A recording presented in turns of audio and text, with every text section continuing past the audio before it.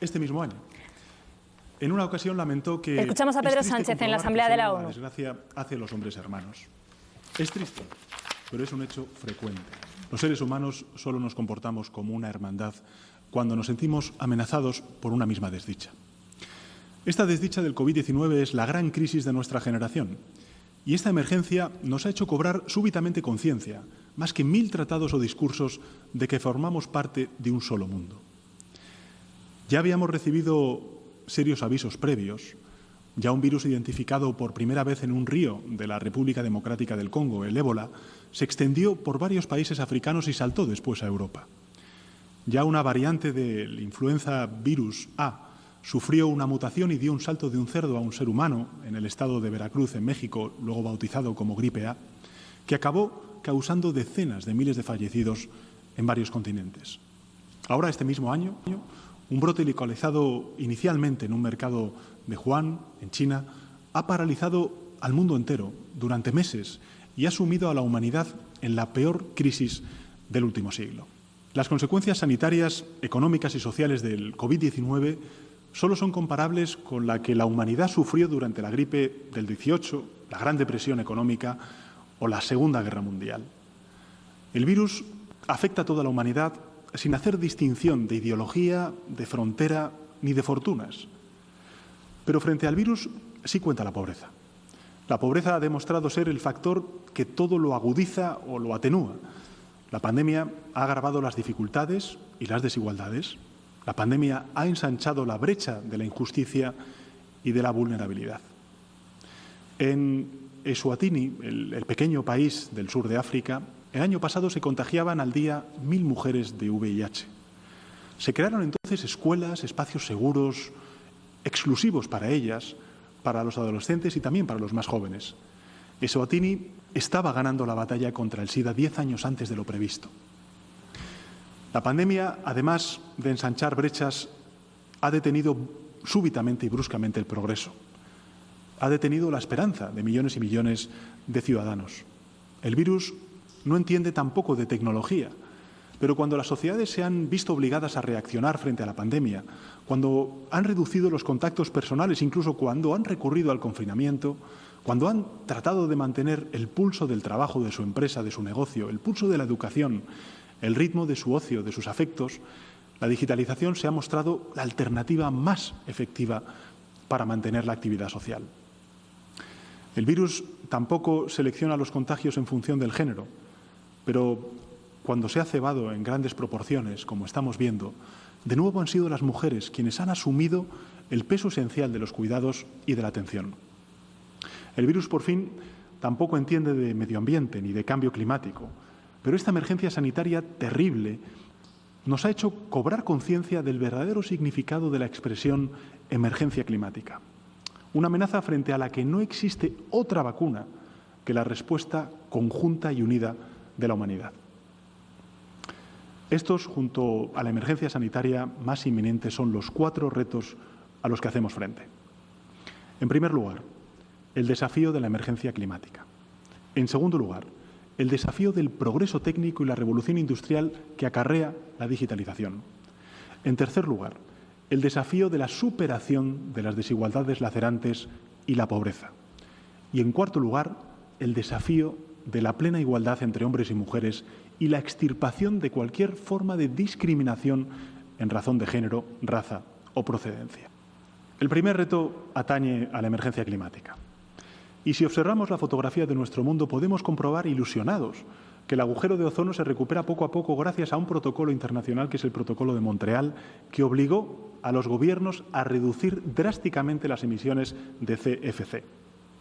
Un ejemplo real, palpable, que ha demostrado que cuando el mundo quiere, el mundo puede.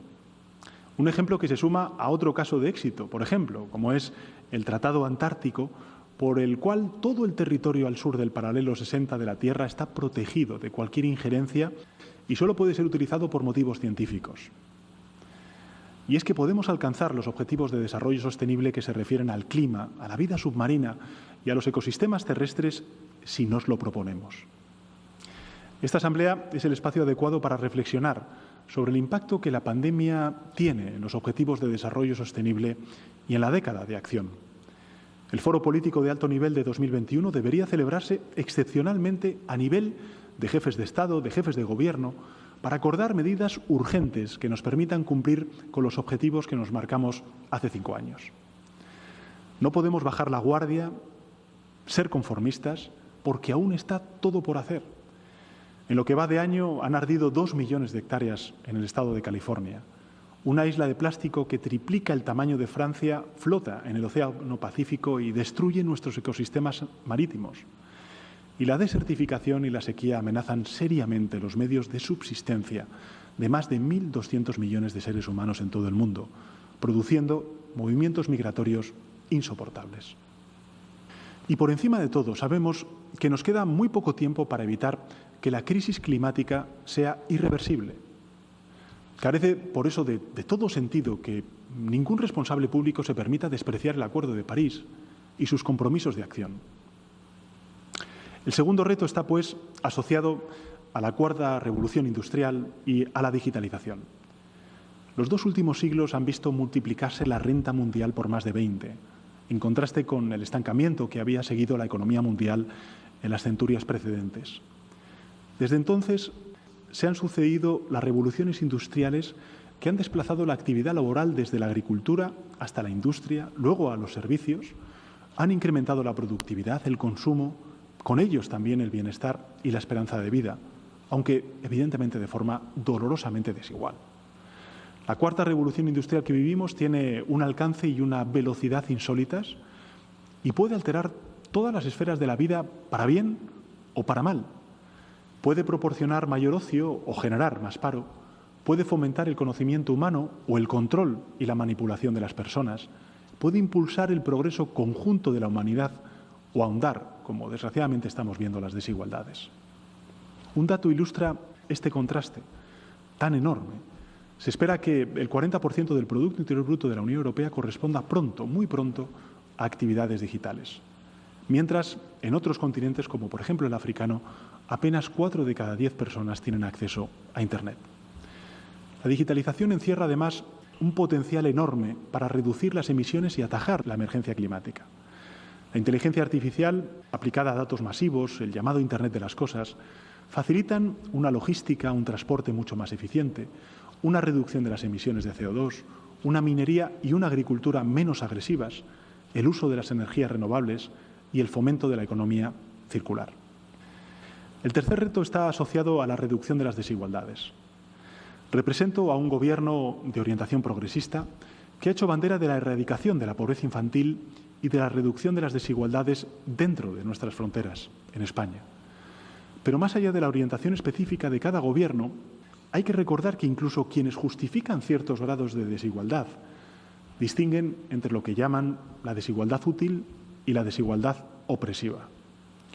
La pobreza es una desigualdad insoportable, opresiva, que además de constituir una injusticia flagrante, se alza como un obstáculo para el progreso de las sociedades.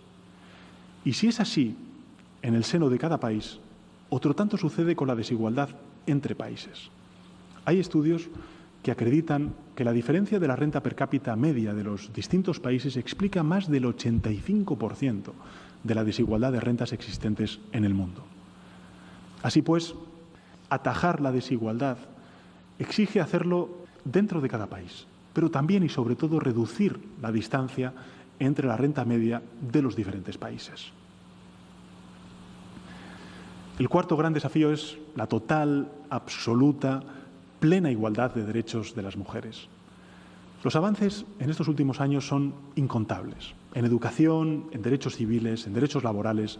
Vemos a jóvenes encabezando los movimientos contra el cambio climático, vemos a otras jóvenes de blanco conquistando las calles en el este y a jóvenes negras liderando manifestaciones en el oeste, inspiradas por otras mujeres que se examinan en el desierto, que regentan pequeños negocios en sus pueblos, que presiden países y que fotografían agujeros negros en el universo. Mujeres que han llegado ahí por el sacrificio que otras hicieron en el pasado, como Rosa Parks, como Marie Curie, como Marsha P. Johnson o como Domitila Barrios. Pero es imposible ignorar lo lejos que estamos de cumplir el quinto de los Objetivos de Desarrollo Sostenible, porque cuestiones como la mutilación genital femenina persisten. la violencia machista rebrota y la brecha de género continúa. 75 años después de la firma de la Carta de Naciones Unidas en San Francisco, los líderes de los distintos pueblos del mundo tenemos hoy más motivos que nunca para subir a esta tribuna de paz, de progreso, con respuestas, con acciones. El pasado lunes adoptamos unánimemente una declaración para conmemorar este aniversario de Naciones Unidas. Es un texto de pasado, pero que tiene una profunda carga de futuro. Hagámoslo realidad. Convirtamos las buenas intenciones en medidas concretas. Necesitamos salvar el planeta, que es nuestra única morada. Necesitamos acompasar la digitalización de la economía en todo el mundo. Necesitamos extirpar y erradicar la pobreza, reducir las desigualdades sociales opresivas. Necesitamos acabar también con la desigualdad entre hombres y mujeres y con cualquier otro tipo de desigualdad, de discriminación por razón de creencia, tendencia sexual o identidad de género. Y solo podemos lograrlo si actuamos unidos, unidas. La pandemia que atravesamos, lo sucedido en estos meses, nos recuerda la obligación práctica, yo diría que también moral, de actuar unidos, unidas. Algo que choca frontalmente con las posiciones de quienes desde hace algún tiempo, por desgracia, cuestionan el sistema multilateral y erosionan en consecuencia sus fundamentos.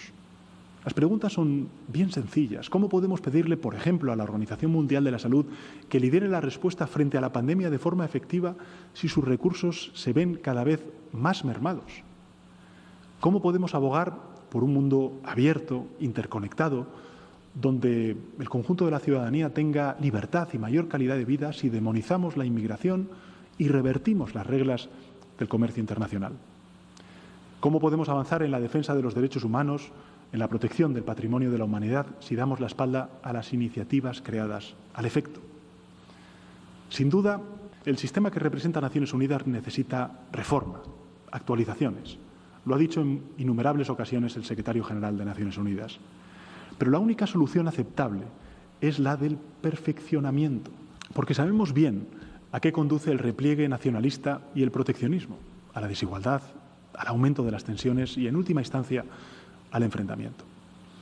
Un mundo dividido por la desconfianza, por el conflicto, o un mundo global mucho más justo, más seguro. Esa es la lección a la que nos enfrentamos. La interdependencia de las naciones es un hecho incuestionable, tal y como la pandemia, una vez más, se ha encargado de recordarnos. Pero no basta con invocar la unidad de acción como un principio abstracto o carente de contenido. Hay que creer en la unidad. La unidad permite progresar conjuntamente. La unidad conjura conflictos. La unidad salva vidas. La unidad, y solo la unidad, puede salvar el planeta. Y debemos actuar. Hay que dar nuevos pasos. Y hay que darlos ya, en temas concretos, con decisiones concretas. La urgencia del momento nos enseña que solo hay una forma de fortalecer el multilateralismo, que es la defensa de los bienes públicos globales, desarrollada en 5 grandes ejes que deben guiar la refundación de la arquitectura multilateral. En primer lugar, reforzar el sistema de salud global. Es tiempo de dotar a la Organización Mundial de la Salud de nuevas herramientas en la línea que dictamine la Comisión Independiente de Evaluación, de sellar un pacto global por la salud basado en la Agenda 2030 y de liderar una recuperación socioeconómica que fortalezca las capacidades nacionales frente a nuevas pandemias, alcanzando la cobertura sanitaria universal. Y al mismo tiempo deberemos garantizar el acceso equitativo a las vacunas contra el COVID-19. No se trata solo de una opción que es más eficaz desde el punto de vista médico, sin duda lo es. Es también, yo diría, un imperativo moral, absoluto, innegociable. En segundo lugar, tenemos que revisar al alza nuestros compromisos de ambición climática. Una vez más, no hablamos de una elección entre alternativas. La emergencia climática que vivimos nos obliga a ser audaces para lograr un acuerdo global que blinde la protección de la biodiversidad en 2030, incluyendo la transición energética, también la transición ecológica hacia un modelo productivo sostenible e inclusivo.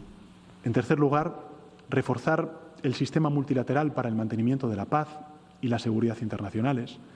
Las guerras anclan a generaciones enteras en la pobreza y en el dolor Y no hay seguridad sin desarrollo, ni desarrollo sin seguridad. Y no podemos mirar a otra parte ante los múltiples conflictos que siguen asolando la vida de millones de personas, esperando soluciones parciales. Su suerte también es nuestra suerte. Debemos impulsar las negociaciones entre palestinos e israelíes para alcanzar un acuerdo de paz justo que preserve la solución de los dos estados. Debemos apoyar una salida dialogada al conflicto en Libia. Urge devolver al Sahel la paz y la seguridad perdidas.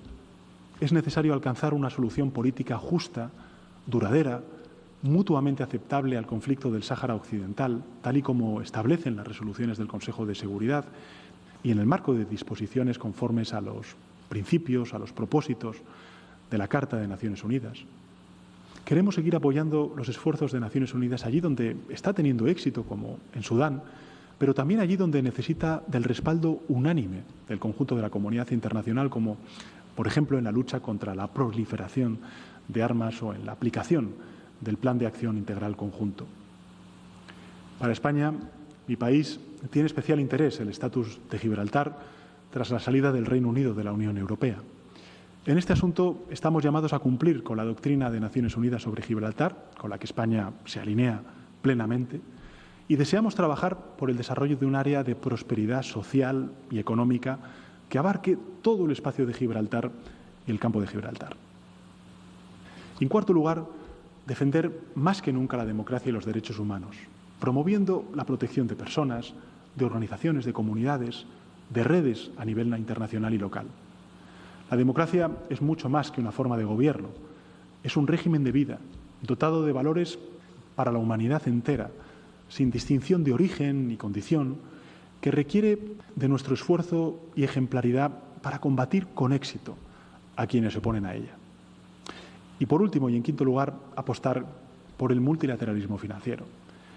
Las instituciones financieras internacionales están llamadas a jugar un rol fundamental en la superación de esta crisis mundial, contribuyendo al desarrollo de una tecnología verde, digital, con especial énfasis en el sector sanitario, educativo, también el de las comunicaciones.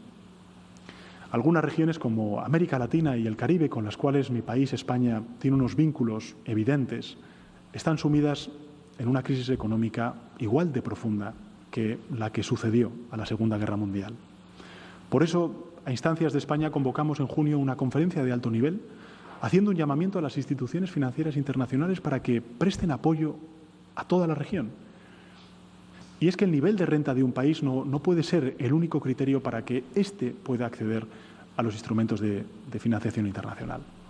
Debemos repensar el sistema y debemos hacerlo de manera que los países más vulnerables clasificados como de renta media, que es el caso de los países a los cuales estoy haciendo referencia, puedan contar también en el apoyo internacional imprescindible para reactivar sus economías. Del mismo modo, es crucial que aceleremos el proceso de reforma de la Organización Mundial del Comercio, revisando las reglas que nos permitan reforzar las cadenas mundiales de producción, de distribución, sin caer en ningún caso en el cierre de fronteras. Querido presidente, querido secretario general, estimados colegas, en cada rincón del mundo ahora mismo hay un joven, una joven, mirando la pantalla de su móvil.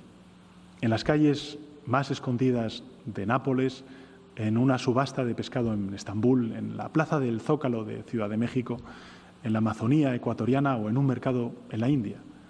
Estos jóvenes han visto a sus padres, a sus madres, trabajar sin descanso.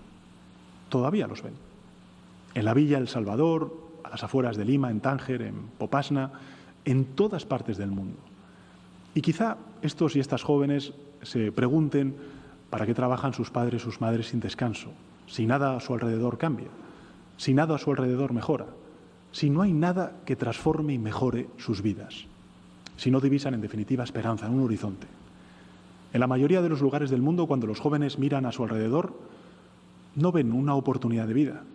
Observan que se cierran las puertas del progreso, de la promoción personal, que el deterioro del medio ambiente prosigue, prosigue y prosigue. ¿En qué momento decidimos que la expresión cambiar el mundo había dejado de tener sentido?